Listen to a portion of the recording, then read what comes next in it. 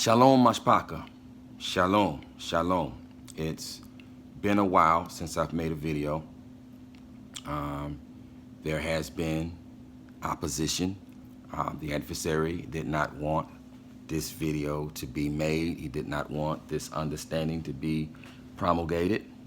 Nevertheless, I am here by the favor of Yahuwah as his servant, as his messenger on this Yom to promulgate this teaching.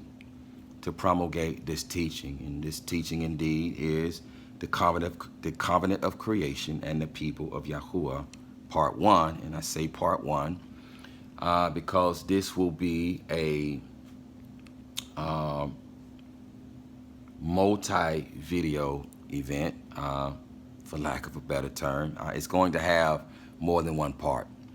It's going to have more than one part. It must have more than one part because it's detailed, and it must be detailed. It must be detailed because there's much detail to it. There's much to this that is hidden underneath the surface. And so in order now to grasp the things that are underneath the surface, that is to say, the things of the Ruach, you must have the Ruach.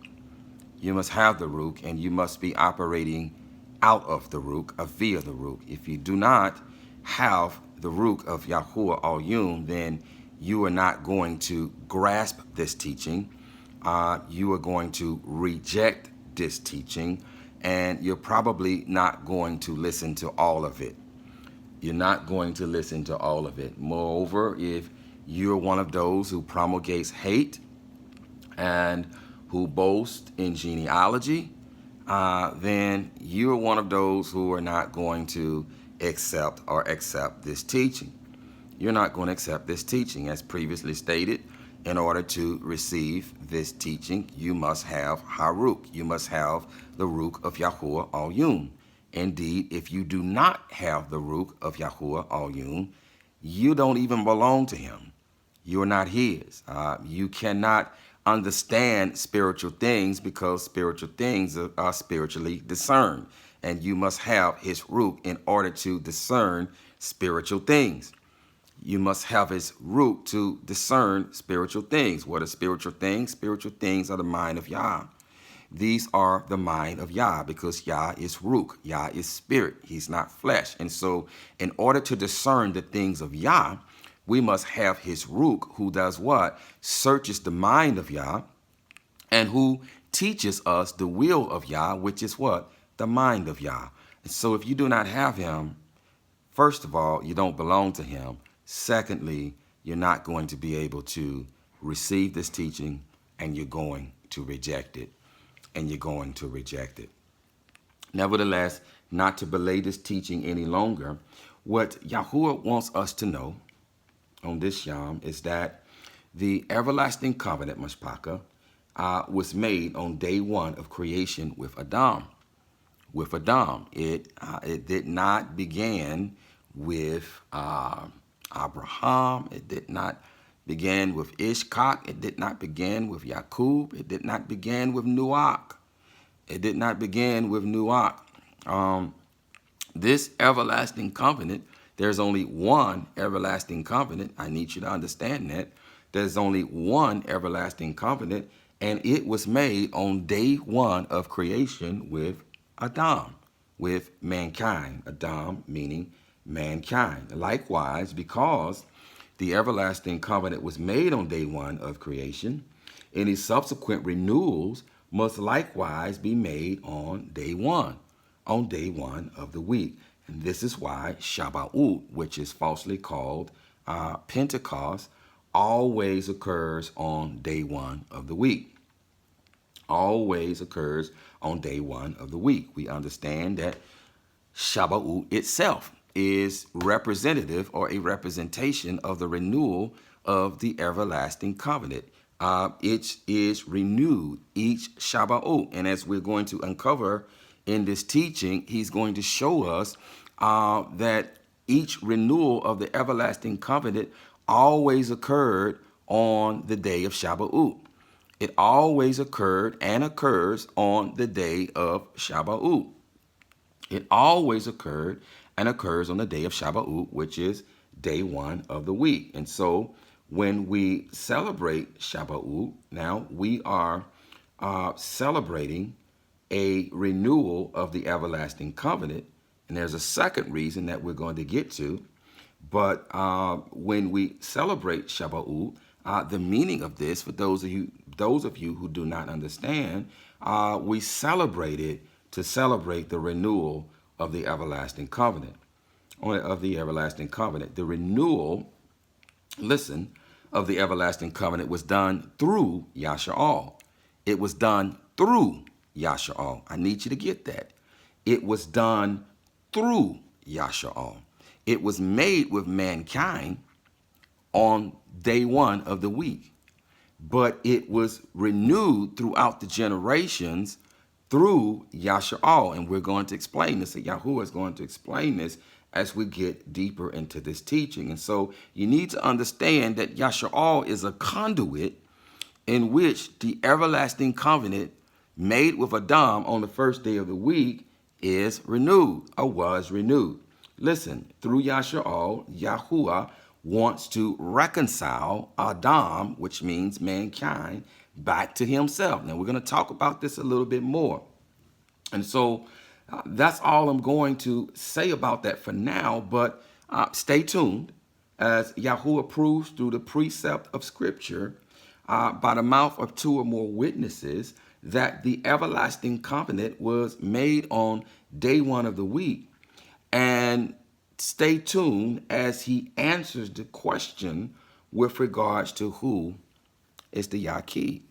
Who is the Yakhyd, and what part does he play in the renewal of the everlasting covenant?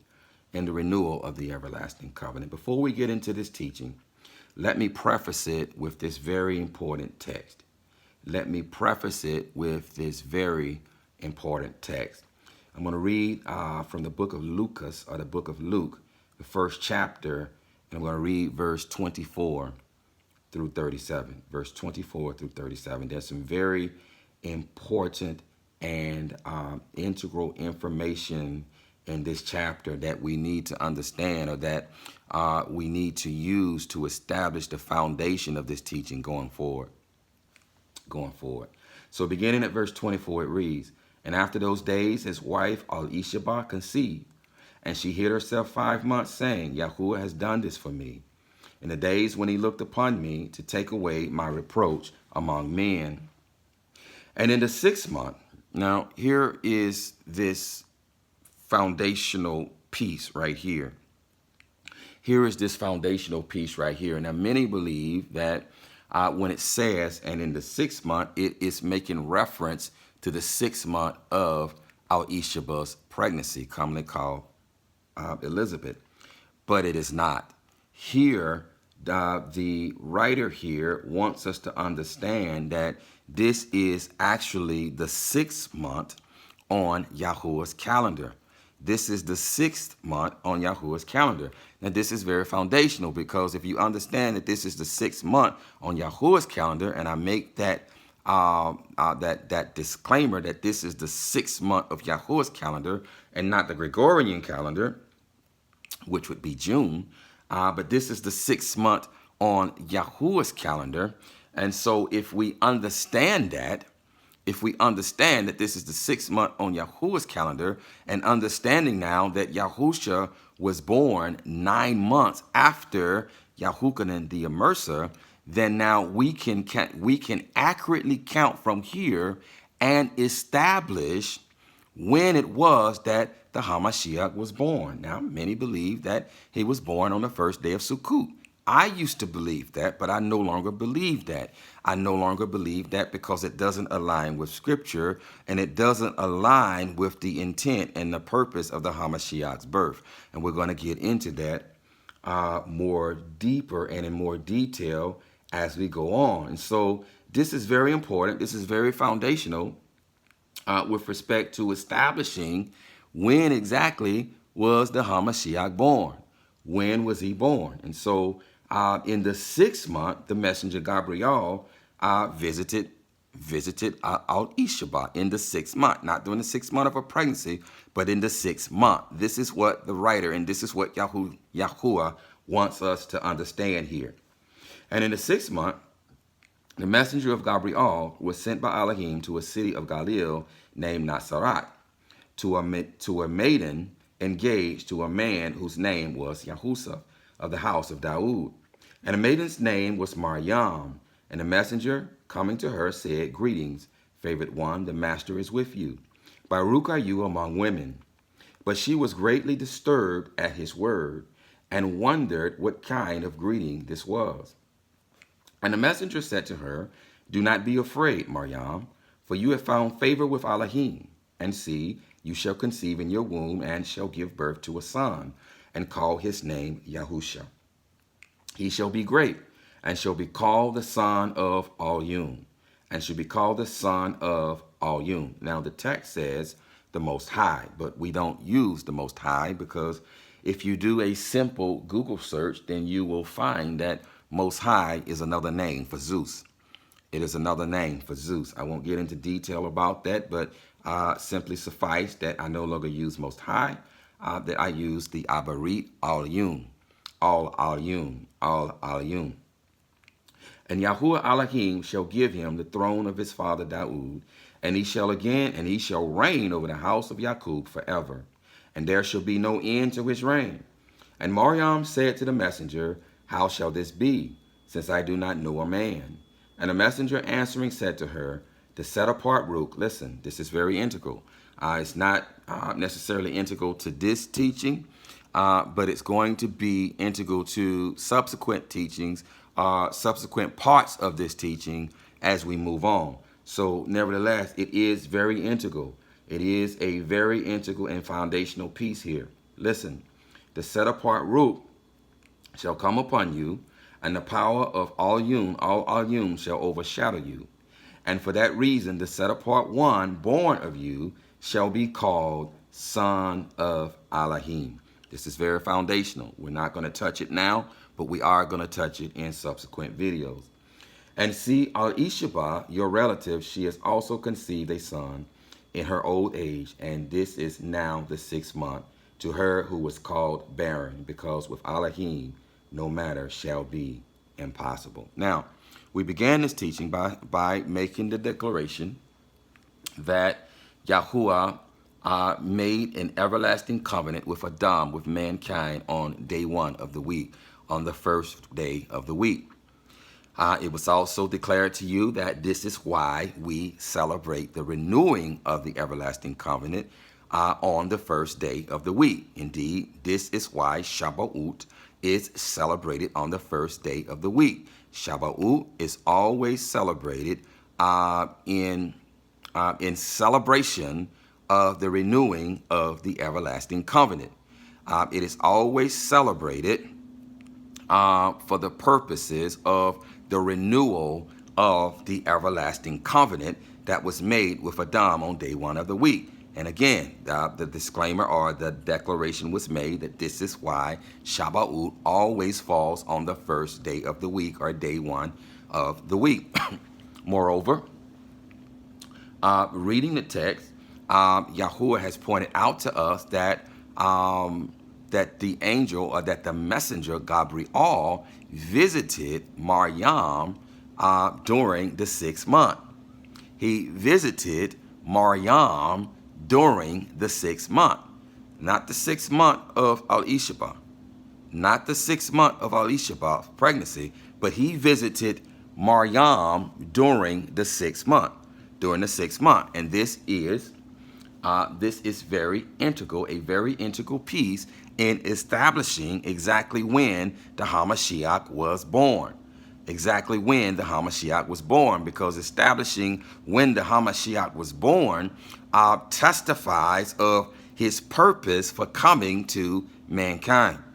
His purpose for coming to mankind. And so, again, the disclaimer was laid that this is not in accordance with the Gregorian calendar, which the 6th month on the Gregorian calendar is June, but rather the 6th month on Yahuwah's fixed calendar.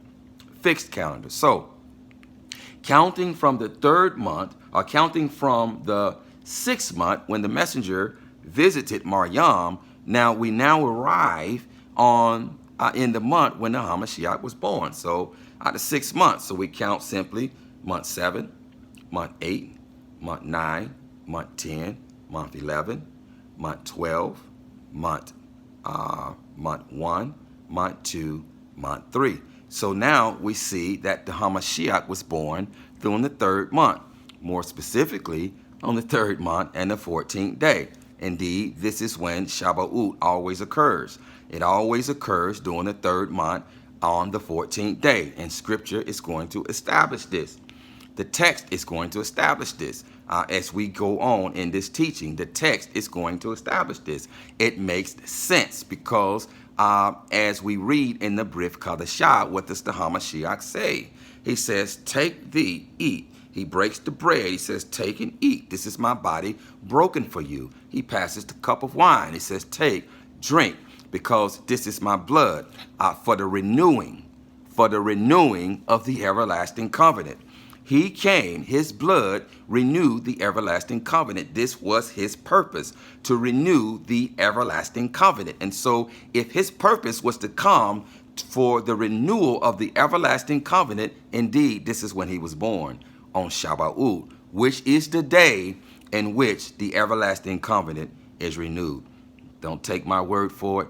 We're going to read the text to establish this point, to establish this by the mouth of 2 or more witnesses.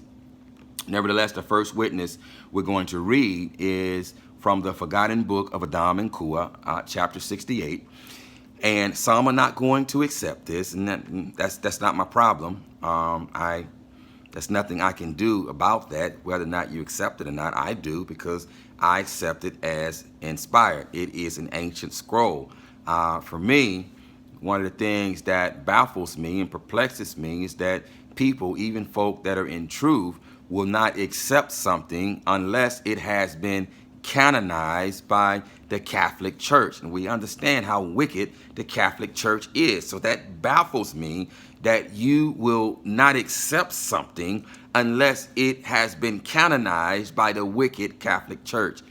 Nevertheless, I'm going to read up here the first precept from the first book of Adam and Kuah to begin to establish that the everlasting covenant was made with Adam on day 1 of the week, and that this is always Shavuot. This is always Shavuot, sometimes called the Feast of Weeks, sometimes called the Feast of Weeks, and sometimes called Pentecost, So beginning at verse 1, we read, and again, to establish that the HaMashiach was born on day 1 of the week, that he was born on Shavuot. He was born on Shavuot, which is the renewal of the everlasting covenant. Now, if you're a Christian, that don't mean that you can keep day 1 as the Shabbat, because you're still being disobedient.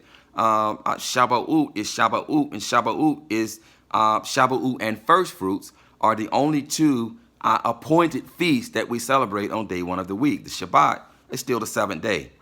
It is still the 7th day. That is fixed and eternal. It has not changed. And so if you are keeping day 1 of the week, then you're in rebellion.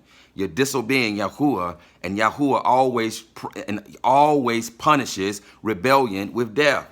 Indeed, rebellion is as the sin of witchcraft, and we are to suffer, not a witch, to live. And so if you are keeping the first day of the week, you're in rebellion.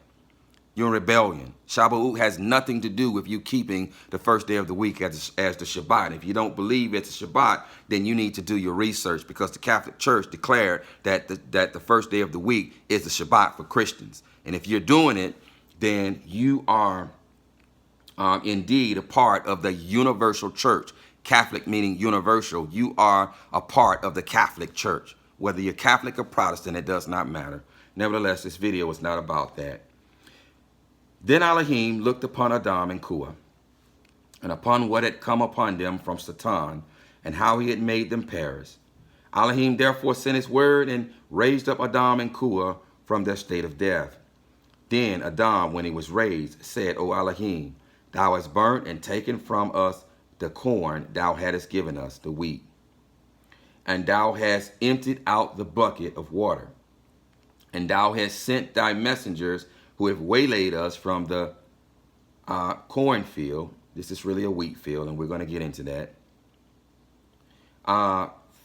From the cornfield, wilt thou make us perish? If this be from thee, O Elohim, then take away our souls, but punish us not.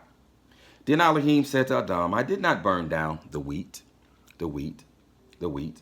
So again, this is a wheat field. This is very significant as we read on in the forgotten books of YAHUAH. This is a wheat field. This is a wheat field. This is significant because Shavuot is a wheat festival. It is always centered around the wheat harvest.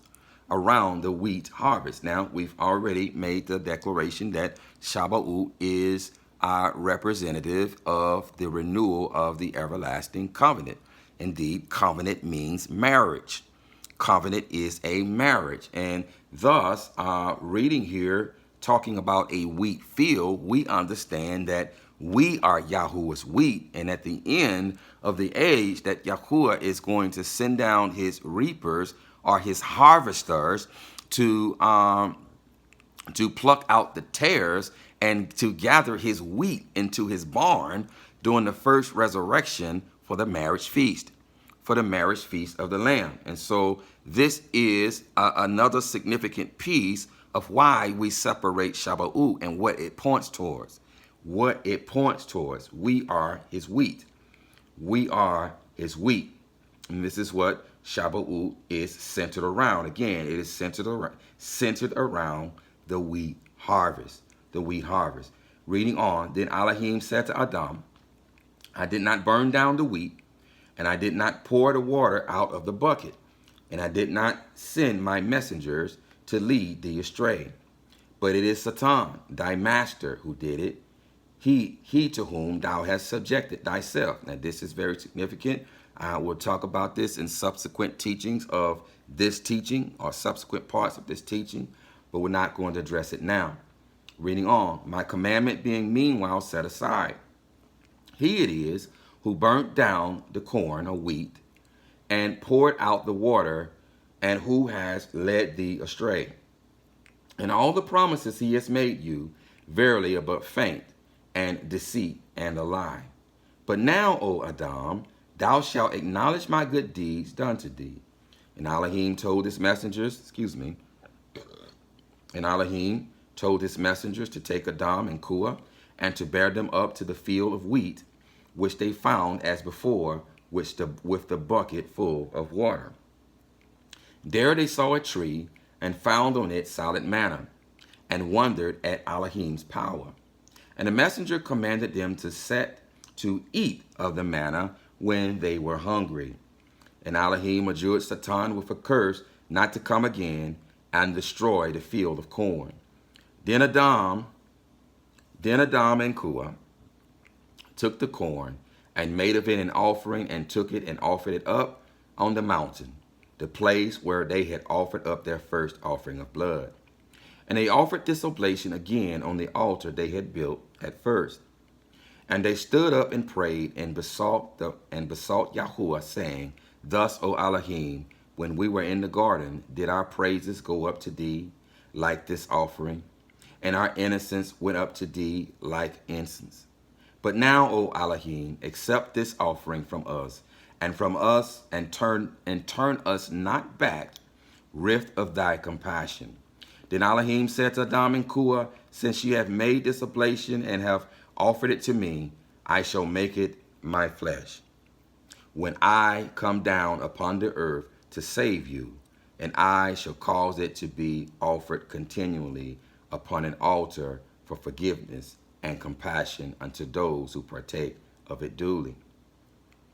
And Elohim sent a bright fire upon the offering of Adam and Kuah, and filled it with brightness, favor, and light, and the set-apart rook came down upon that oblation. Then Elohim commanded a messenger to take fire tongs like a spoon, and with it to take an offering and bring it to Adam and Kuah. And the messenger did so, as Elohim had commanded him, and offered it to them. And the souls of Adam and Kua were brightened, and their hearts were filled with gladness and with praises of Elohim. And Elohim said to Adam, this shall be unto you a custom, to do so when affliction and sorrow come upon you. But your deliverance and your entrance into the garden shall not be until the days are fulfilled, as agreed between you and me. Were it not so, I would of my compassion and pity for you bring you back to my garden and to my favor for the sake of the offering you have just made to my name. Adam rejoiced at these words which he heard from Elohim, and he and Kua worshipped before the altar, to which they bowed, and then went back to the cave of treasures. And this took place at the end of the 12th day, after the 80th day from the time Adam and Kua came out of the garden. And they stood up the whole night praying until morning, and then went out of the cave. Then Adam said to Kua with gladness of heart, because of the offering they had made to Elohim, and that had been accepted of him, let us do this 3 times every week, on the 4th day, on the preparation day, and on the Shabbat, all the days of our life. And as they agreed, as they agreed to these words between themselves, Elohim was pleased with their thoughts and with the resolution they had each taken with each other. After this came the word of Elohim. Actually, let's go to verse. After this came the word of Elohim to Adam and said, O Adam, thou hast determined beforehand the days in which suffering shall come upon me, when I am made flesh, for they are the 4th day of the week and the preparation day. The 4th day of the week and the preparation day. This is significant. This is significant, especially with respect to Yahuwah's fixed calendar, with respect to his fixed calendar, because we must understand that he suffered, he died on the 4th day of the week. He is our Pasach lamb. He is our Pasach lamb. And so this means that Passover, a Pasach, must always fall on the 4th day of the week when he suffered. Any other day is the wrong day. His days are fixed. His days are fixed. Muad, or appointed, meaning fixed. Fixed meaning they do not change. They haven't changed from the beginning. The Shabbat is fixed. It is a muad time. It is fixed. It has not changed from the very beginning. It is he rested on a specific day. And we in turn are to rest on that fixed, eternal, specific day. Any other day is wrong. Any other day is an unclean day. Any other day is an abominable day. Likewise, if we celebrate Passover on any other day besides the 4th day of the week, as identified in the precept of Daniel, the 9th chapter, the 27th verse, in which he would suffer on the 4th day of the week. If we are not keeping Pesach on the 4th day of the week, then we're keeping Pesach on the wrong day, and meaning that it is an abominable and unclean day. Why? Because he has set apart these days. He has set apart these specific days, meaning that he has cleansed these days. He has cleansed these specific days. We understand in the book of Ephesians that YAHUAH'S tells us that the days are wicked. The days are evil. Indeed, the days are wicked. The days are evil. Ever since the fall of Adam, ever since the fall of mankind, the days have been wicked. The days have been unclean. The days have been evil. So YAHUAH now has set apart certain days, certain fixed days, in which we are to celebrate his fixed appointed times. Any other day is unclean. Any other day is abominable. And so again, if we're not celebrating Pesach on the 4th day of the week, as identified on his fixed Hanukkah calendar, then it's the wrong day. It is an unclean, wicked, abominable day, as the book of Yubalim tells us in the 6th chapter. Nevertheless, reading on. But Adam continued to offer this oblation, thus every week, 3 times until the end of 7 weeks. Listen, 3 times until the end of 7 weeks.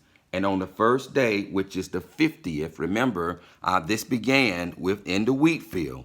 This began in the wheat field. And remember that Shavuot is a celebration of a wheat harvest, which is symbolic of us who are his wheat, and which is symbolic of the renewal of the everlasting covenant. It is symbolic of renewal of the marriage covenant, and it is symbolic of the marriage feast when his wheat is gathered into his barn. Nevertheless, it reads, the end of 7 weeks, and on the first day, which is the 50th, Adam made an offering as he was wont, and he and Kua took it and came to the altar before Elohim as he had taught them. As he had taught them.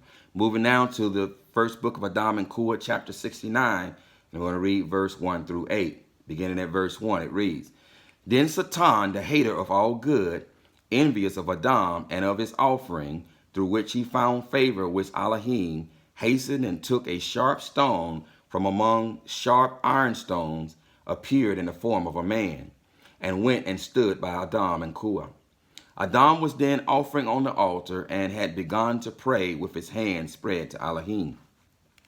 Then Satan hastened with the sharp iron stone he had with him, and with it pierced Adam on the right side, when flowed blood and water. Then Adam fell upon the altar like a corpse, and Satan fell. This should be reminiscent of the Hamashiach, when blood and water flowed from his side, and this should give you further understanding of who the Hamashiach came to represent, of who he came to represent. We're going to get further into that. I don't want to get ahead of myself, but this should give you the understanding of who he came to represent, Verse 4. Then Kua came and took Adam and placed him below the altar, and there she stayed weeping over him, while a stream of blood flowed from Adam's side upon his offering. But Elohim looked upon the death of Adam. He then sent his word and raised him up and said unto him, Fulfill your offering, for indeed, Adam, it is worth much, and there is no shortcoming in it. Elohim said further to Adam, Thus will it also happen to me on the earth, when I shall be pierced, and blood shall flow, and blood shall flow, blood and water from my side, and run over my body, which is the true offering, and which shall be offered on the altar as a perfect offering. Then Elohim commanded Adam to finish his offering, and when he had ended it, he worshipped before Elohim and praised him for the signs he had showed him. Verse 8, listen. And Elohim healed Adam. In other words, he renewed him. He renewed his covenant with him. He renewed him. And Elohim healed Adam, healed being reminiscent of renewing, or renewing your health, renewing your strength. When you are healed, you are renewed, are you not? Indeed, we are. When we are healed, we are renewed. We are refreshed. We are restored. Hallelujah. And Elohim healed Adam in one day, listen, which is the end of 7 weeks, and that is the 50th day. Indeed, Shavuot is reminiscent of the everlasting covenant that Yahuwah made with Adam, made with mankind on the first day of the week. Reading now from the book of Yobelim, the book of Jubilees, in the 6th chapter, we're going to read from verse 1 down through verse 22. Beginning at verse 1. Listen. And on the first day of the third month, listen, this is very significant. We've already counted from the 6th month in which the messenger Gabriel visited Maryam. We counted from the 6th month, counting 9, we arrived at the 3rd month. Indeed, this is when the Hamashiach was born. This is because he came to renew the everlasting covenant, which is always done on Shavuot, the first day of the week. Beginning at verse 1, Yobelim, chapter 6, beginning at verse 1. And on the first day of the 3rd month, he went forth from the ark and built an altar on that mountain. And he made atonement for the earth and took a kid and made atonement by its blood for all the guilt of the earth. For everything that had been on it had been destroyed. He being Noach. This is Noah. This is Noach. Save those that were in the ark with Noach. And he placed the fat thereof on the altar. And he took an ox and a goat and a sheep and kids and salt and a turtle dove and the young of a dove, and placed a burnt sacrifice on the altar, and poured thereon an offering mingled with oil, and sprinkled wine, and strewed frankincense over everything, and caused a goodly savor to arise, acceptable before Yahuwah. And Yahuwah smelled the goodly savor, and he cut a covenant. Listen. And he cut a covenant with him, that there should not be any more a flood to destroy the earth, that all the days of the earth, seed time and harvest, should never cease. Cold and heat, and summer and winter, and day and night, should not change their order, nor cease forever. And you increase ye and multiply upon the earth, and become many upon it, and be a barakah upon it, which is to say, falsely called blessing. The reverence of you, the fear of you, and the dread of you I will inspire in everything that is on earth and in the sea. And in the sea. Now this is the same thing. These are the same words that he spoke to Adam. These are the same words that he spoke to Adam. You see, with Noach, he wanted to start over. He wanted to start over with what he started with Adam. He wanted to start over with what began with Adam. And so he had to find a righteous man who was created like Adam in order to start over with him. And so these were the very same things that he spoke to Adam when he made an everlasting covenant with him. When he made an everlasting covenant with him. So reading on, so I say that to show to you that this is not some new covenant that he's making with Noach here. This is a renewal of the everlasting covenant that he made with Adam, with mankind on day one of the week. So reading here again, the fear of you and the dread of you I will inspire in everything that is on earth and in the sea. And behold, I have given unto you all beasts and all winged things and everything that moves on the earth, and the fish and the waters and all things for food. This is what he's spoken to Adam. Except that with Adam, he only gave us the green herbs to eat because this was prior to the flood.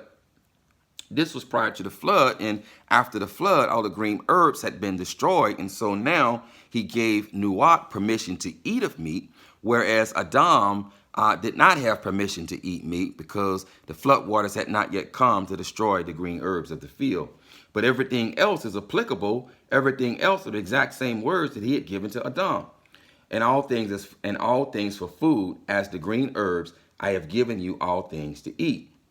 But flesh with the life thereof, with the blood you shall not eat. For the life of all flesh is in the blood, lest your blood of your lives be required.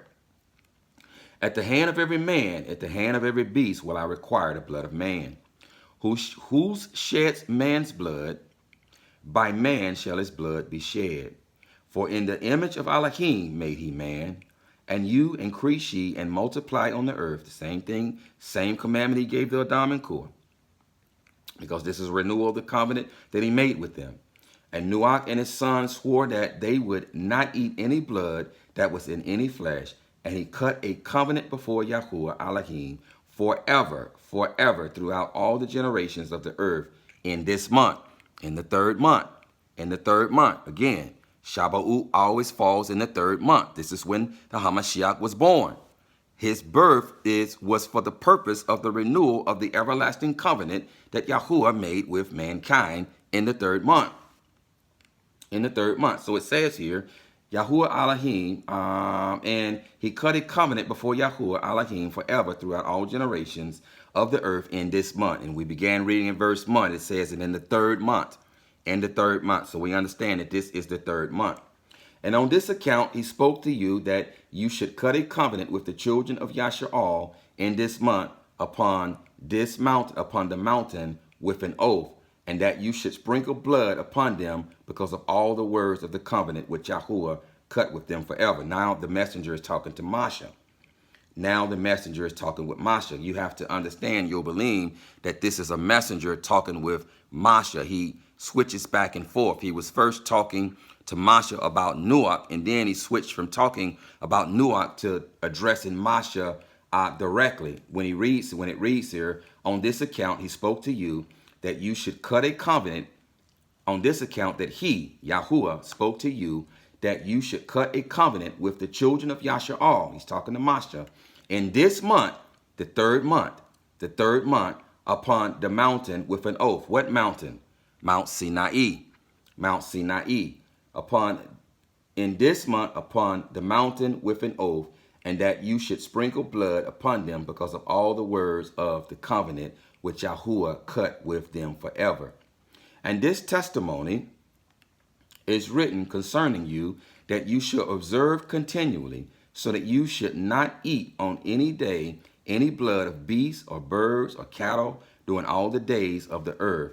And the man who eats the blood of beasts or of cattle or of birds during all the days of the earth, he and his seed shall be rooted out of the land. And do you command the children of Yasha'al to eat no blood, so that their names and their seed may be before Yahuwah Elohim, that is Yahuwah your Elohim, continually. And for this Torah there is no limit of days. And for this Torah there is no limit of days, for it is forever. They shall observe it throughout their generations, so that they may continue supplicating on your behalf with blood before the altar every day, and at the time of morning and evening they shall seek forgiveness on your behalf perpetually before Yahuwah, that they may guard it and not be rooted out. And he gave to Nuach and his sons a sign, that there should not again be a flood on the earth. He set his bow in the cloud for a sign of the listen. He set his bow in the cloud for a sign of the eternal covenant. Again, there's only one eternal covenant that was made with mankind, with Adam. Only one. Only one. It was renewed through Yasha'al, as we're going to get to this, but it was renewed through Yasha'al. But it is the same eternal covenant that was made with mankind, that was made with Adam on day one of the week. So reading this again, he set his bow in the cloud for a sign of the eternal covenant, that there should not again be a flood on the earth to destroy it all the days of the earth. For this reason, it is ordained and written, listen, on the tablets in Shamayim, that they should celebrate the feast of Shavuot, in this month, the third month. And we've already established that this is the month that the Hamashiach was born.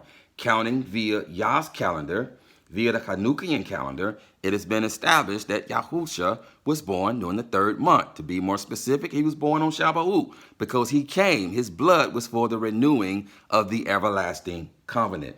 For this reason, it is ordained and written on the tablets in Shamayim that they should celebrate the feast of Shavuot in this month, the third month, once a year. Listen, to renew the covenant every year.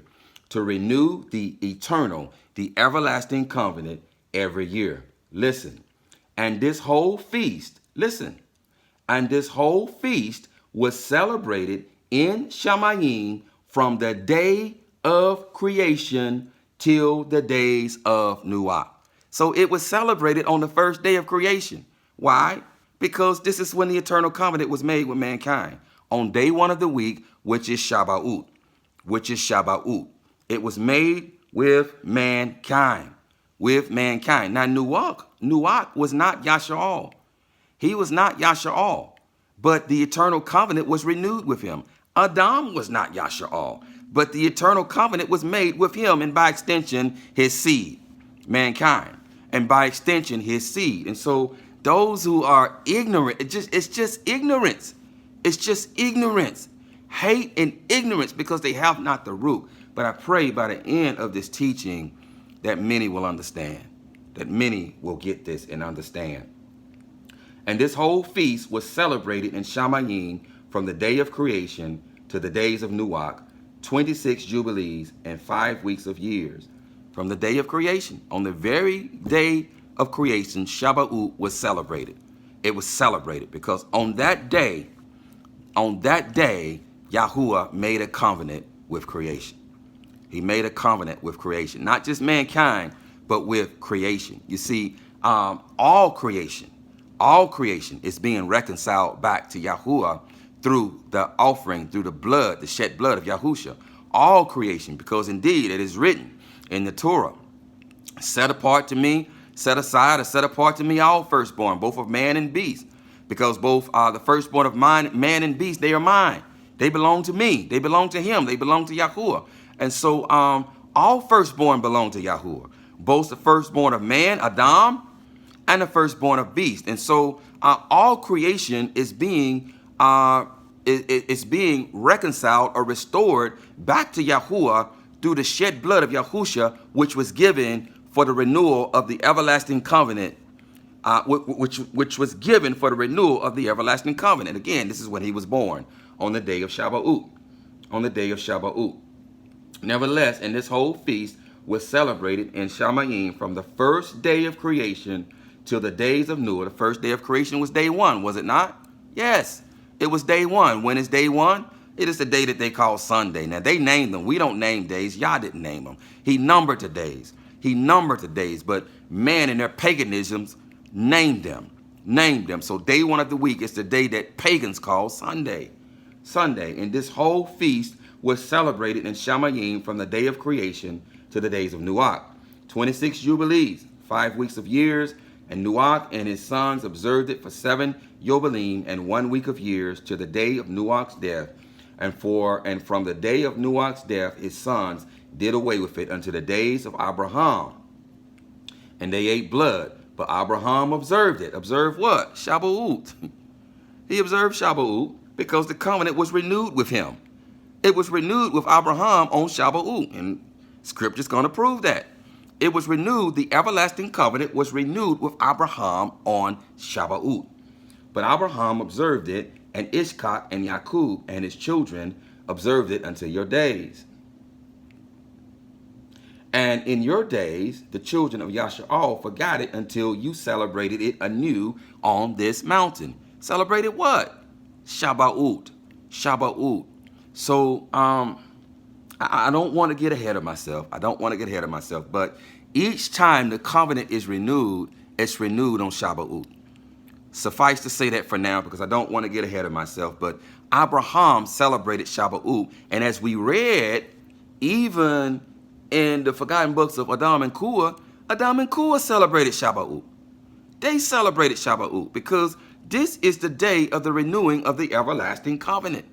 And do you command the children of Yasha'al to observe this feast? What feast? Shavuot. And all their generation for a commandment unto them.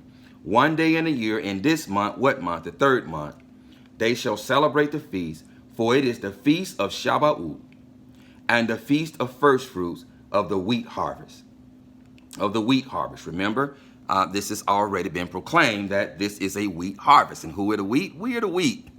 And we're waiting to be gathered into his barn. We're waiting for him to send the reapers to gather his wheat into his barn.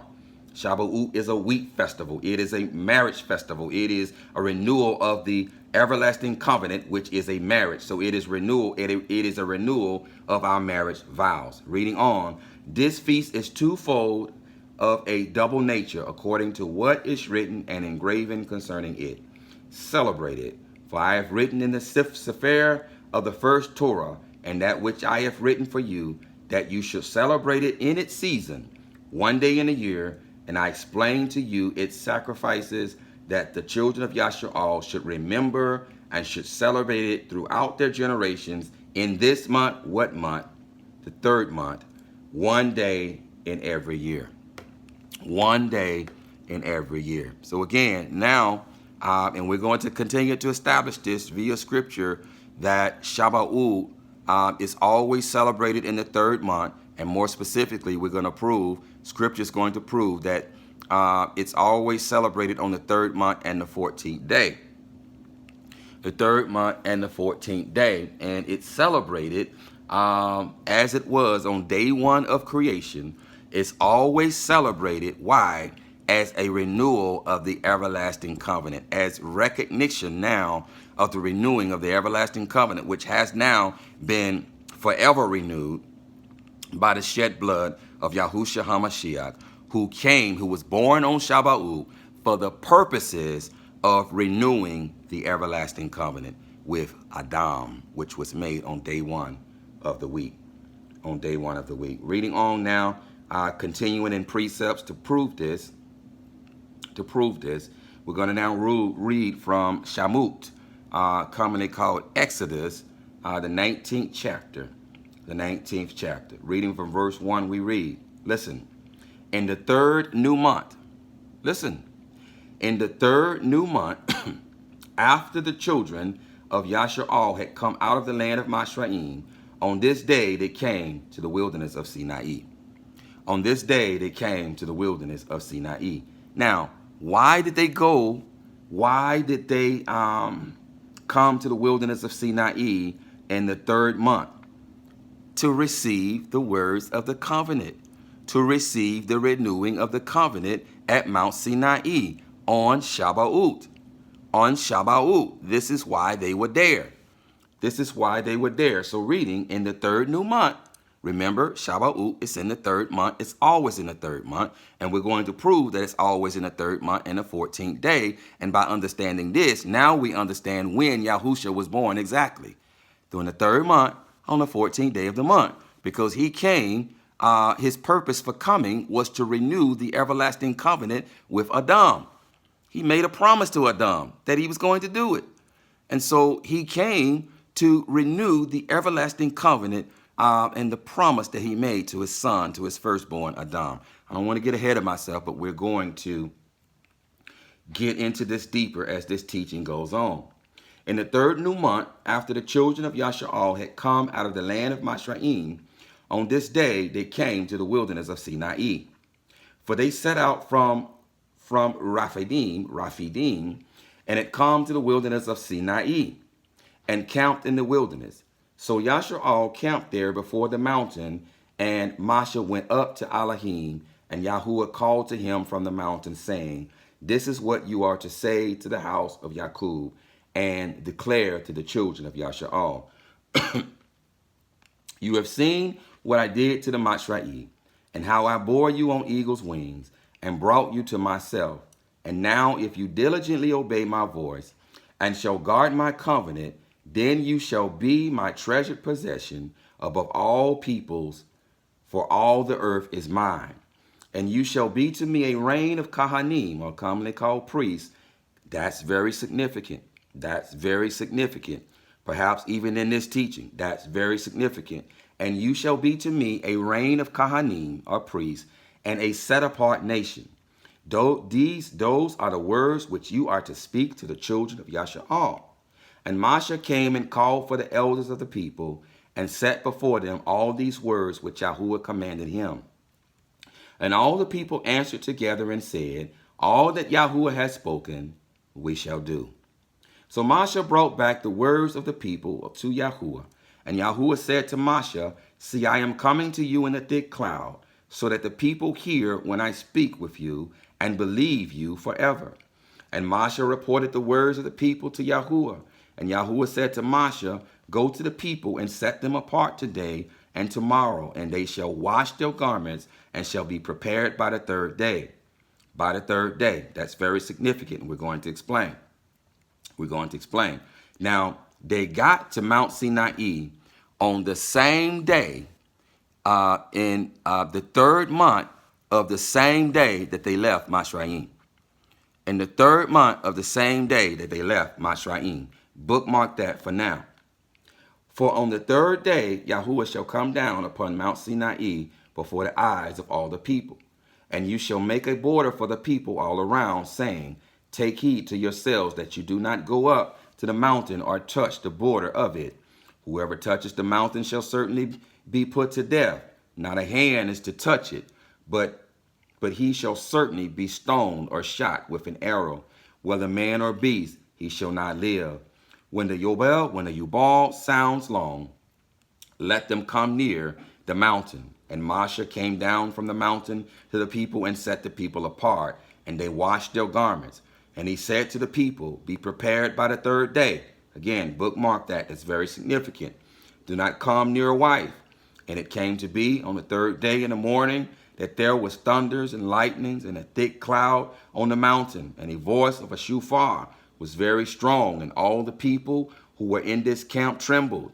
And Moshe brought the people out of the camp to meet with Elohim, and they stood on the foot of the mountain, and they stood on the foot of the mountain, and Mount Sinai was in smoke, all of it, because Yahuwah descended upon it in fire.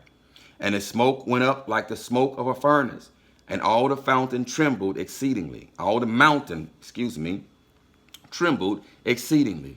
And when the voice of the shofar sounded long and became very strong, Moshe spoke, and Elohim answered him by voice. And Yahuwah came down upon Mount Sinai on the top of the mountain. And Yahuwah called Moshe to the top of the mountain, and Moshe went up. And Yahuwah said to Moshe, go down and warn the people, lest they break through unto Yahuwah to see, and many of them fall. And let the Kohanim, commonly called priests, who come near Yahuwah, set themselves apart too, lest Yahuwah break out against them. And Moshe said to Yahuwah, the people are not able to come up to Mount Sinai, for you warned us, saying, make a border around the mountain and set it apart. And Yahuwah said to him, come, go down, and then come up, you and Aharon with you. But do not let the priests, do not let the Kohanim and the people break through to come up to Yahuwah, lest he break out against them. And Moshe went down to the people and spoke to them. And Moshe went down to the people and spoke to them. Now, I asked you to bookmark that they got to the mountain during the third month, and we've established, or Yahuwah has established, that Shavuot is always accomplished in the third month. It's always celebrated in the third month, as he has established in the precept of Scripture. And he has established that the messenger, Gabriel, came to Maryam during the 6th month. During the 6th month, and counting 9 from there, we arrive at the third month.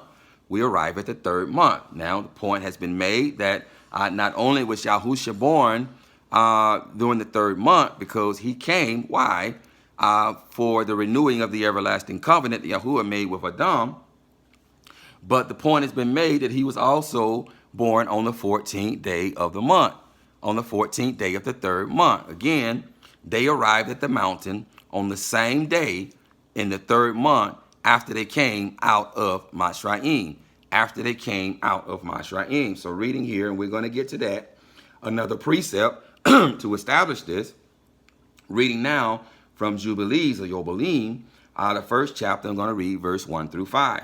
Beginning at verse 1, it reads, and it came to pass in the first year of the exodus of the children of Yashar'al out of Mashraim, listen, in the third month, here's another precept, in the third month, on the 16th day of the month, that Elohim spoke to Moshe, saying, come up to me on the mount, and I will give you 2 sapphire stones of the Torah and of the commandment which I have written, that you may teach them. Now, when he's coming up to the mountain now, on the 16th day, this is when he's going up for 40 days and 40 nights. And here now, Yahuwah is going to cut the 2 sapphire stones, and he's going to give them to him to give to the children of Yashar'al. But now reading in Shamut, the 19th chapter, it reads there that they got to the mountain during the third month on the same day that they departed from Mashraim. That they departed from Mashraim. And Masha went up. And this is when Yahuwah gave words to Masha.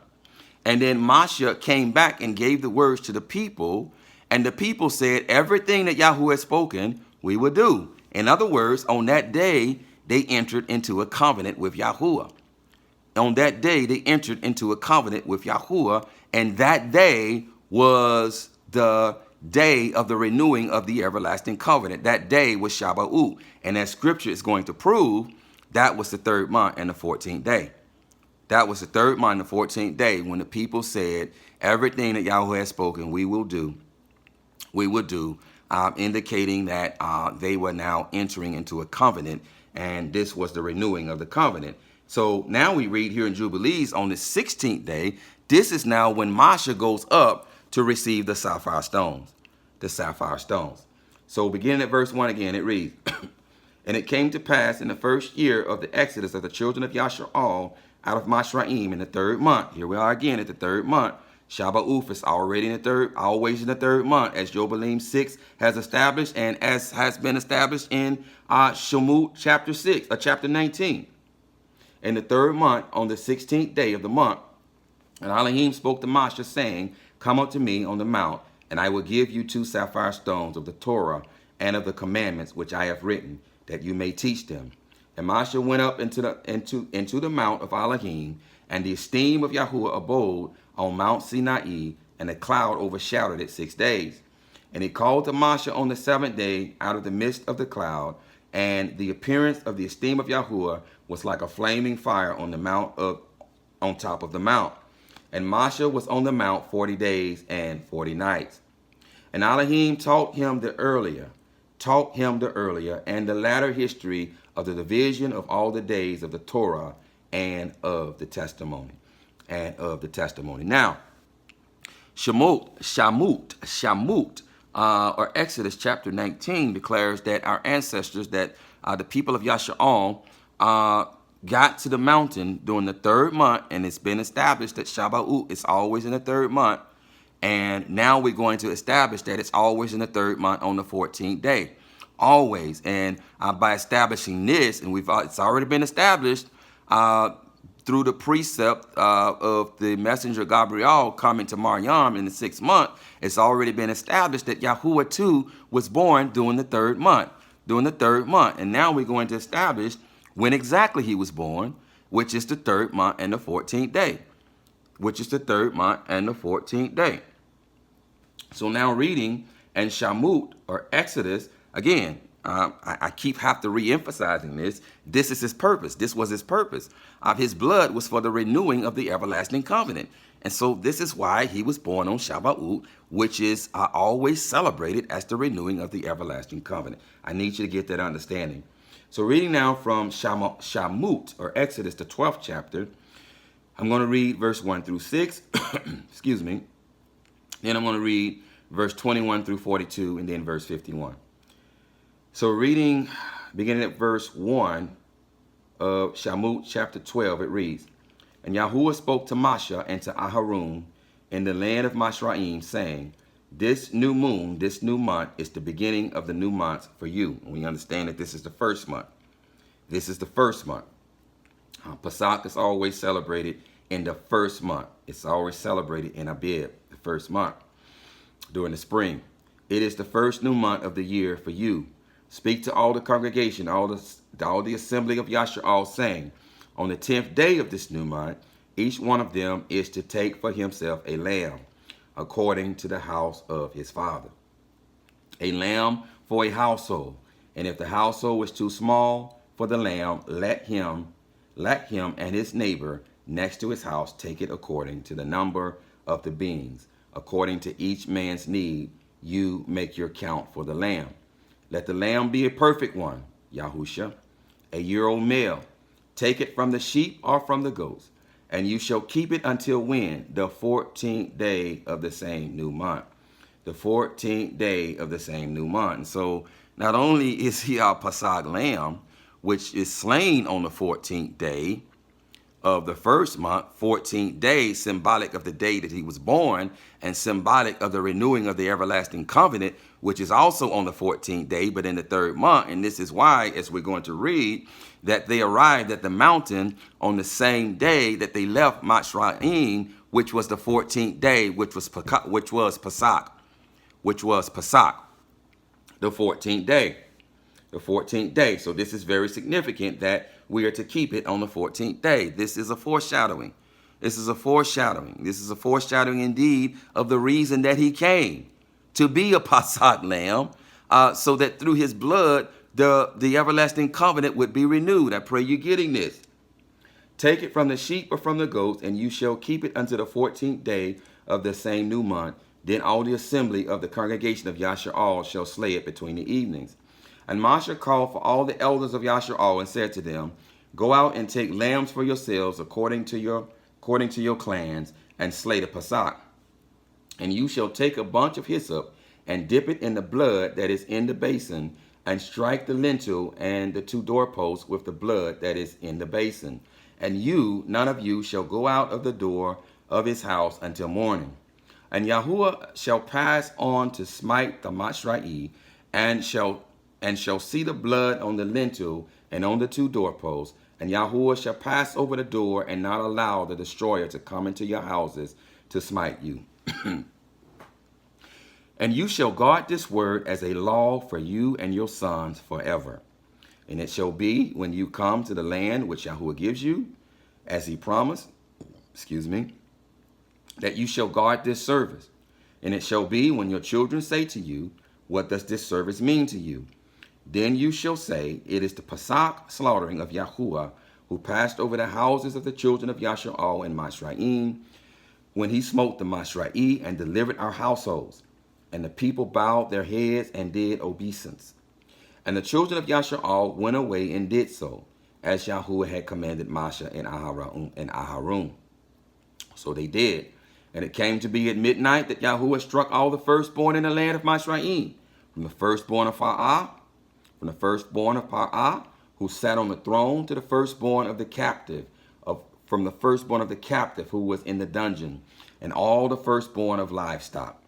And Par'ah rose up in the night, he and all his servants, and all the Mashra'i, and there was a great cry in Mashraim, for there was not a house where there was not a dead one. Then he called for Moshe and Aharon by night, and said, Arise, go out from the midst of my people, both you and the children of Yasharal, and go, serve Yahuwah as you have said. Take both your flocks and your herds, as you have said, and go. Then you shall barak me too. And the Mashra'i was strong on the people, to hasten to send them away out of the land, for they said, We are all dying. And the people took their dough before it was leavened, having their kneading bowls bound up in their garments on their shoulders. And the children of Yasharal had done according to the word of Moshe, and they had asked from the Mishrites objects of silver and objects of gold and garments. And Yahuwah gave the people favor in the eyes of the Mashra'i, so that they gave them what they asked. And they plundered the Mashra'i. And the children of Yasharal set out from Ramasas to Sukkot, about 600,000 men on foot, besides the little ones. And a mixed multitude went up with them. And a mixed multitude went up with them. And a mixed multitude went up with them too. Also flocks and herds, very much livestock. And they baked unleavened cakes of the dough which they had brought out of Mashraim, for it was not leavened, since they were driven out of Mashraim, and had not been able to delay, nor had they prepared food for themselves. And the sojourn of the children of Yasharal who lived in Mashraim was 430 years. And it came to be at the end of the 430 years, on that same day, it came to be that all the divisions of Yahuwah went out from the land of Mashraim. It is a night of watches unto Yahuwah, for bringing them out of the land of Mashraim. This is that night of watches unto Yahuwah for all the children of Yasharal throughout their generations. And it came to be on that same day that Yahuwah brought the children of Yasharal out of the land of Mashraim according to their division. On what day? On the 14th day. On the 14th day. And so on the same day that they came out of Mashraim, that Yahuwah freed them, that he freed them from bondage. I need to make that disclaimer. On the same day that they were freed from bondage, on this very same day, they arrived at Mount Sinai, the 14th day, the 3rd month, the 14th day. Indeed, if you follow the Hanukkah calendar, this always occurs, Shabba'ut always occurs on the 3rd month and the 14th day, as scripture dictates. And we understand now that this is the true birthday of Yahushua HaMashiach, which is during the springtime, the third month and the 14th day. And this makes sense because this is when sheep are typically born during the springtime. Because why? Because this is when the grass is green, and sheep don't typically feed on milk that long before they start to eat grass. And so there must be grass available. And so grass starts to turn brown during the fall time. During Sukkot time, it starts to turn brown. It starts to die because now you're close to the winter time. And he certainly wasn't born on December 25th when everything is dead. He was born during the springtime. This is the time, if you do the research, this is the time when sheep are normally born during the springtime. And indeed, this is the time when our Pesach lamb was born on the third day, on the third month, during the third month, on the 14th day. On the 14th day. Reading now from Jubilees, the 15th chapter, beginning at verse 1, just giving you precept upon precept. And in the 5th year, the 4th week of this Jubilee, in the third month, in the middle of the month, listen, in the middle of the month, this is the 14th day, Abram celebrated the feast of first fruit of the grain harvest. This is Shabbat. This is Shabbat that Abram is celebrating, because this is the celebration. This is the renewal of the everlasting covenant. This is after Yahuwah had spoken to Abram and told him that he was going to make a covenant with him. And so now this is Abram now celebrating Shabbat. This is now Abram celebrating Shabbat in the third month, in the middle of the month, which is the 14th day. Reading on, in the third month, in the middle of the month, Abram celebrated the feast of first fruits, which is Shabbat, of the grain harvest, which is the wheat harvest. And he offered new offerings on the altar, the first fruits of the produce unto Yahuwah, a heifer and a goat and a sheep on the altar as a burnt sacrifice unto Yahuwah. Their first offerings and their drink offerings he offered upon the altar with frankincense. And Yahuwah appeared to Abram and said unto him, I am Al Shaddai. Walk before me and be perfect, and I will make my covenant between me and you, and I will multiply you exceedingly. And Abram fell on his face, and Elohim talked with him and said, Behold, my ordinance is with you. Listen, this is the same day he celebrated Shabbat. Behold, my ordinance is with you, and you shall be the father of many nations. This is Shabbat. This is Shabbat, when Yahuwah renewed this everlasting covenant with Abram. Reading on. Neither shall your name anymore be called Abram, but your name from henceforth, even forever, shall be Abraham. This is Shabbat when he made this covenant, family. This is Shabbat, the renewing of the everlasting covenant. The renewing of the everlasting covenant. For the father of many nations have I made you, and I will make you very great. And prayerfully, as we get into this video, he's going to explain why he renewed the everlasting covenant with Abram. Why it was renewed with Abram.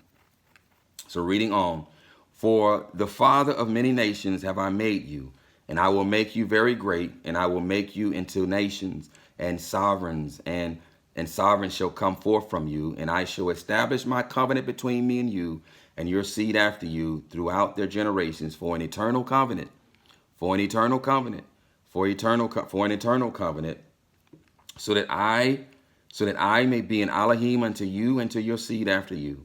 And unto you the land where you have been a sojourner, the land of Canaan, that you may possess it forever. I will be their Elohim. And Yahuwah said unto Abraham, and as for you, do you guard my covenant, you and your seed after you, and circumcise ye every male among you, and circumcise your foreskins, and it shall be a sign of an everlasting covenant between me and you. And the child on the 8th day you shall circumcise every male throughout your generations, him that is born in the house, or whom you have bought with money, from any stranger whom you have acquired, who is not of your seed. He that is born in your house shall surely be circumcised, and those whom you have bought with money shall be circumcised, and my covenant shall be in your flesh for an eternal ordinance. And we're going to talk about this in subsequent videos. And the uncircumcised male who is not circumcised in the flesh of his foreskin on the 8th day, that soul shall be cut off from the people, for he has broken my covenant. For he has broken my covenant. Why the 8th day? Why the 8th day? Because the 8th day represents newness. It represents renewal. It represents a new creation. The 8th day is when there is going to be a new Shamayim and a new Eretz. This is going to be the fulfillment of the renewal of the eternal covenant with mankind. And so this is why the circumcision was done on the 8th day. It is reminiscent of the renewal of the everlasting covenant that he made with mankind on day 1 of the week. Again, on day 8, the renewal of the everlasting covenant that he made with mankind would then be fulfilled, and it would come into fruition. What do I mean? 6 days is Yahuwah giving mankind to work. On the 7th day, he has given us to rest. In other words, 6,000 years, Yahuwah has given mankind to work. On the 7,000th year, there will be a 1,000-year millennial rest. A day to Yah is 1,000 years. And so his first fruit, his firstborn, are going to resurrect during the first resurrection. They're going to Shabbat with him, rest with him for a day, for 1,000 years. On the 8th day, the last great day, reminiscent of Simchat Torah, which is the last 8th day of Sukkot, the second resurrection is going to take place, where some are going to rise to everlasting life and some are going to rise to everlasting shame or everlasting punishment. Then there will be no more time. Time is going to run out. There's only 8,000 years. Time will run out. It will run out. And because time will run out, there's no longer going to be a need for a timepiece. What do I mean? It is the sun and the moon and the stars that calculate time for us, that calculate the seasons and the days and the months and the weeks. And so when on the 8th day, there's no longer going to be a need for the sun and the moon and the stars, because the esteem of Yahuwah is going to light the earth. And now we're going to move into eternity where there is no more time. And then, as we read in Hazon, the 22nd chapter of Hazon, this is what it's talking about. It's talking about the last great day, the 8th day.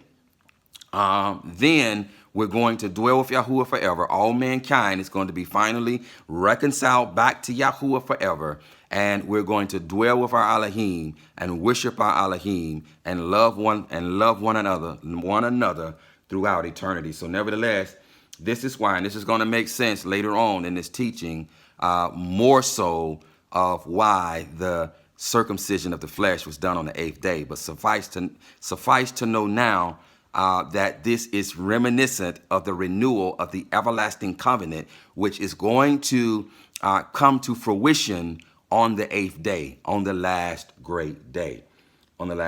Reading on.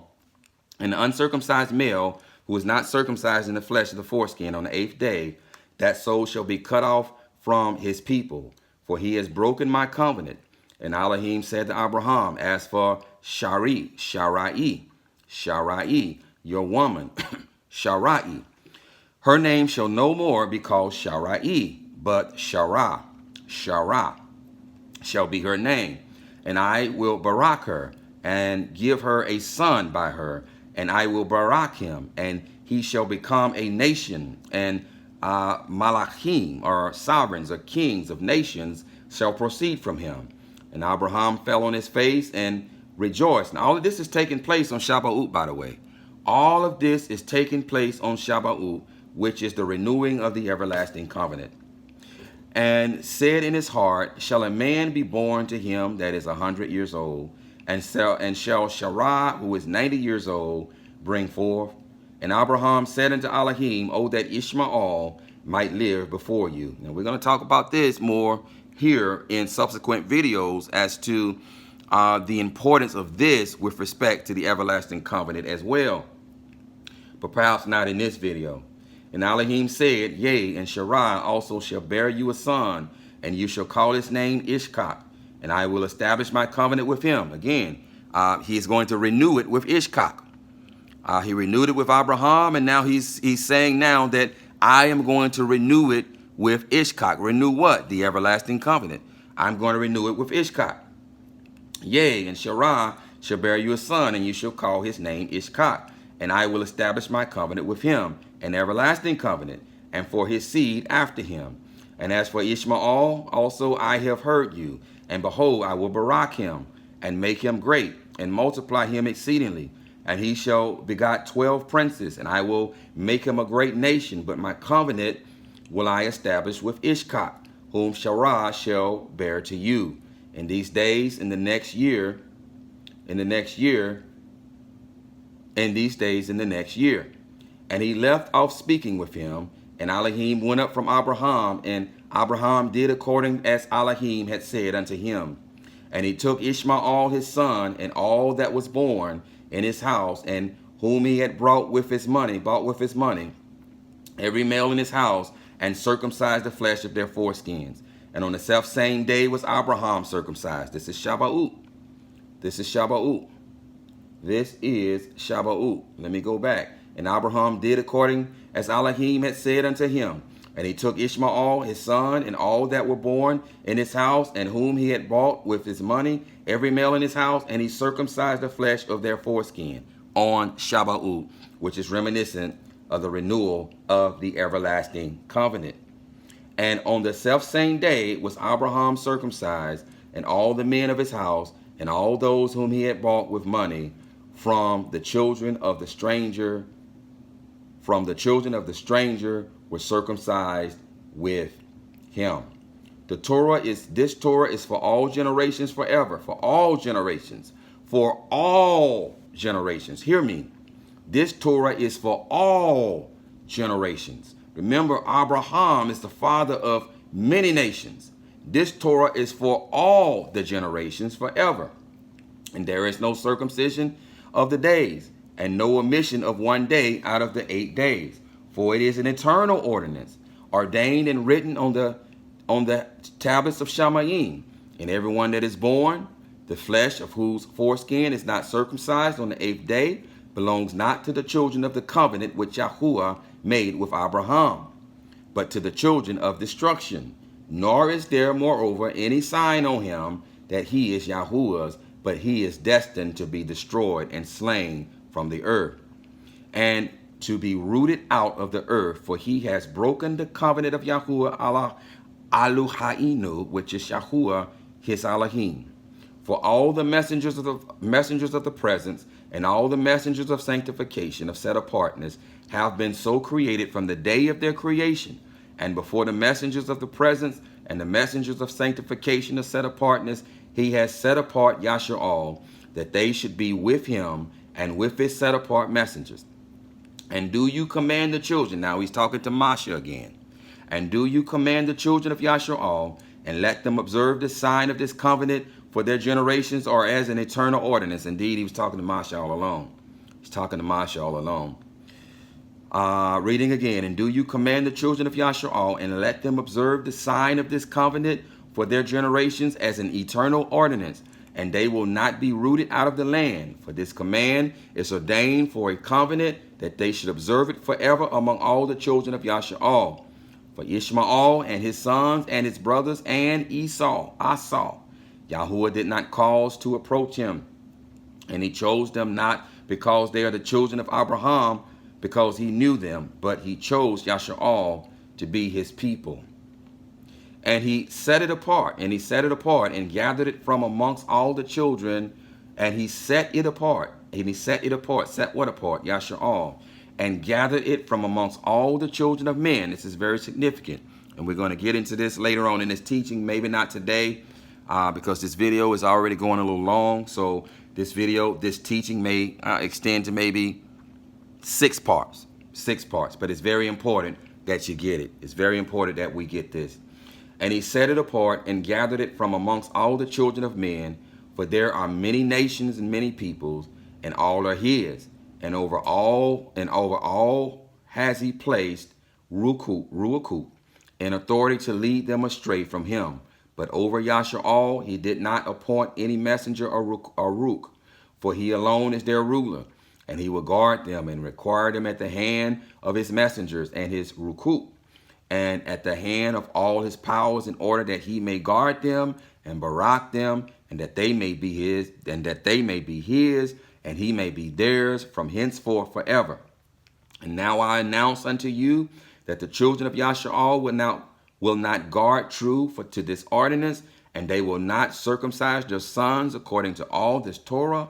For in the flesh of their circumcision they will omit their circumcision of their sons, and all of them, sons of wickedness, will leave their sons uncircumcised as they were born, and they will be great, and there will be great wrath from Yahuwah against the children of Yasha'al, because they have forsaken his covenant and turned aside from his word, and provoked and blasphemed, for inasmuch as they did not observe the ordinance of this Torah. For they have treated their members like the other nations. They have treated their members like the other nations, so that they may be removed and rooted out of the land. And there will no more be pardon or forgiveness unto them, so that there should be forgiveness and pardon for all the sin of this eternal era.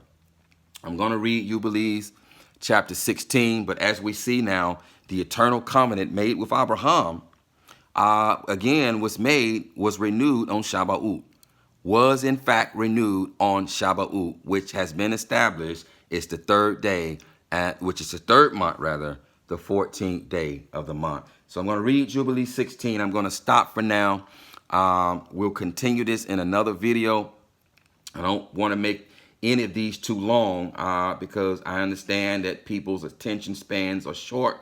And so I want to keep it reasonable, such as you can get this, such as it is embedded into your nafash. So Jubilee 16, I'm going to read this and I'm going to stop here. And on the new month of the fourth month, in other words, on the first day of the fourth month, we appeared unto Abraham at the oak of Mamre, and we talked with him, and we announced to him that a son would be given to him by Sarah, his woman. And Sarah laughed, for she heard that we had spoken these words with Abraham, and we admonished her, and she became afraid and denied that she had laughed on account of the words. And we told her the name of her son, as his name is ordained and written in the tablets of Shamayim, that is Ishkak, and that when we return to her at a set time, at an appointed time, at a muat time, she would have conceived a son. And in this month, Yahuwah executed his judgments on Sadum and Amorah and Zabayim, and on all the region of the Yarden, and he burned them with fire and brimstone, and destroyed them until this day, even as lo, I have declared unto you all their works, that they are wicked and sinners exceedingly, and that they defile themselves and commit fornication in their flesh, and work uncleanness on the earth. And in like manner, Elohim will execute judgments on the places where they have done according to the uncleanness of the Sadamim, like unto the judgment of Sadum. But Lot we saved, for Elohim remembered Abraham, and sent him out from the midst of the overthrow. And he and his daughters committed sin upon the earth, such as had not been on the earth since the days of Adam till his time. For the man lay with his daughters, and behold, it was commanded and engraven concerning all his seed on the tablets in Shamayim to remove them and root them out, and to execute judgment upon them like the judgment of Sadum. And this is why Moab and Ammon no longer exist. They've been rooted out. And to leave no seed of the man on earth on the day of condemnation. And in this month, Abraham moved from Hebron and departed and dwelt between Kadesh and Shur in the mountains of Gerar. And in the middle of the 5th month, he moved from thence and dwelt at the well of Oph, Bar-Ashabah. And in the middle of the 6th month, Yahuwah visited Sharah. And in the middle of the 6th month, Yahuwah visited Sharah. Indeed, this is when the messenger Gabriel visited Maryam. There's significance to this. Understand, we're going to get to this, but there's significance. Just like the messenger Gabriel visited Maryam in the 6th month. Now he's visiting Sarah as well in the 6th month. So it reads, and in the middle of the 6th month, Yahuwah visited Sarah and did unto her as he had spoken, and she conceived, just like Maryam. Just like Maryam. Why is that important? We'll get to it. And she bore a son in the 3rd month. Listen. And she bore a son in the 3rd month, in the middle of the month. So Ishkak too was born on Shabba'ut. Ishkak too was born on Shabba'ut. Why was he born on Shabba'ut? Why was she visited in the 6th month like Maryam was visited in the 6th month? Because Ishkak is a representation of the Messiah.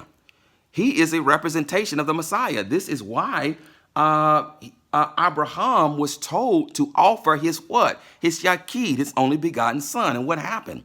A lamb slain before the foundation of the world, or prepared before the foundation of the world, was brought there to save Ishkak, who is the son of promise. Remember, in Ishkak shall your seed be called, not in Ishmael, but in Ishkak shall your seed be called. Ishkak is the son of promise. Ishkak is the son of promise. And so the covenant then was passed through Ishkak and his seed. Was passed through Ishkak and his seed. And so this is why Ishkak, being the son of promise and being a foreshadowing of the Hamashiach, this is why he too was born on Shabba'ut, just like the Hamashiach was born on Shabba'ut, in order to renew the everlasting covenant that was made with Adam, mankind, on the first day of the week on Shabba'ut. On Shabba'ut. And she bore a son in the 3rd month, in the middle of the month, Shabba'ut, at the time of which Yahuwah had spoken to Abraham at Shabba'ut, on the feast of first fruits, Shabba'ut, of the harvest. Ishkak was born, and Abraham circumcised his son on the 8th day. We've already discussed what the 8th day means. He was the first that was circumcised according to the covenant, which is ordained forever. And in the 6th year of the 4th week, we came to Abraham to the well of oath, which is to say, Bar-Shabbat, and we appeared unto him as we had told Sarah that we should return to her, and she would have conceived a son. And we returned in the 7th month, and found Sarah with child before us, and we barak him, and we announced to him all the things which had been decreed concerning him, that he should not die till he should begot 6 sons more, and should see them before he died, but that in Ishkak, listen, but in Ishkak should his name and his seed be called. He is the son of promise. He is the covenant son. He is the son of promise. And we're going to talk more about this in subsequent videos, but suffice to say now, this is why, being the son of promise, being a foreshadowing of the Hamashiach, that he was born on the same day as the Hamashiach. He was born the very same day, which is the 3rd month, the 14th day, which is Shabba'ut. And that all the seed of his sons should be the other nations and be reckoned with the other nations, but from the sons of Ishkak, one should become a set-apart seed. And this is the Hamashiach.